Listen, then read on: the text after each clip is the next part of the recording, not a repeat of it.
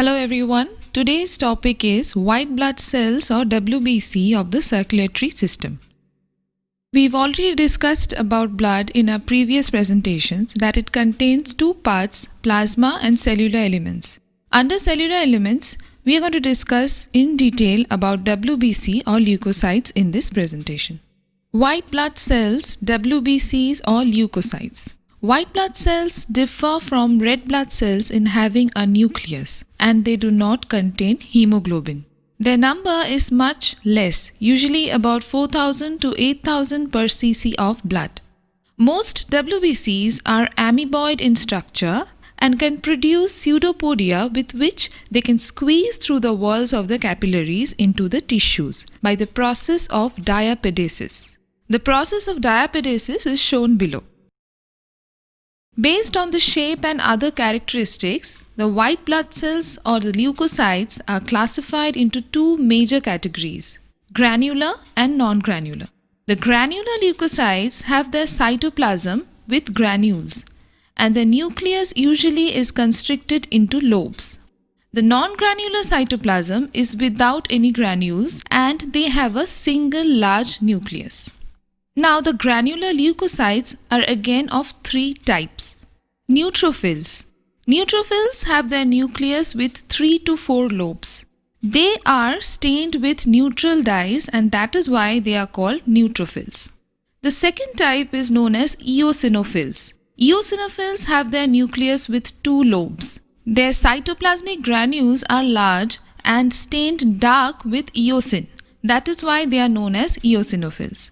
And the third type is known as basophils. Basophils have their nucleus large and are indistinctly lobed. Their granules stained with basic dyes such as methylene blue and so they are called basophils. The non-granular leukocytes are of two types. The lymphocytes. The lymphocytes are the smallest of all the WBCs. They have a single large nucleus. And the second type is known as monocytes. Monocytes have their nucleus large and are kidney-shaped. At the site of infection, monocytes transform into macrophages.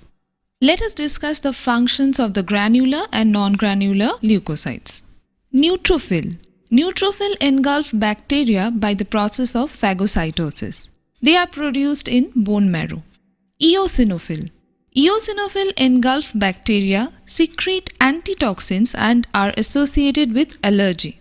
They are also produced in the bone marrow. Basophil.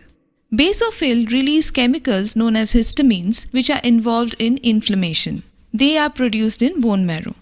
The non-granular leukocytes such as the lymphocyte produce antibodies. They are produced in the bone marrow, lymph glands like spleen and tonsils. The monocytes ingest germs. At the site of infection, they transform into macrophages. They are too produced in the bone marrow. Leukocytes or the WBCs have a very important function in the body defense. The first is phagocytosis. Phagocytosis is a process in which most WBCs and particularly the neutrophils engulf particle-like solid substances, especially bacteria. This is a defensive mechanism against disease germs. An abnormal increase in WBC count up to 50,000 or more per cc of blood indicates there is some infection in the body. The second important function of WBC is inflammation. Inflammation occurs due to the reaction of tissues to injury and to localized invasion of germs. Here, the leukocytes, especially the monocytes and the neutrophils, migrate through the walls of the blood vessels by the process of diapedesis, which has been discussed in my earlier slide, and they fight against disease-causing germs. They also destroy the damaged cells by phagocytosis. The inflamed spot has several characteristics like increased local heat, redness, swelling, pain, etc. We often see pus forming at the site of infection. Now what is pus? Pus is mainly composed of the dead white blood cells together with the tissue cells destroyed by bacteria. And the third important function of the WBCs is formation of antibodies. The WBCs, especially the lymphocytes, produce antibodies which kill or neutralize the germs. or the poisons secreted from them. We come to a very interesting topic, that is antibodies and antitoxins. When disease-causing germs gain entry into the bloodstream, they produce poisonous substances called toxins, meaning poisons. As we can see from the picture, the toxins from the germs, when invades the cell gets damaged by the toxin. In the second picture shown below, we can see that in response, the lymphocytes of the blood produce chemical substances called antibodies which circulate free in the blood plasma.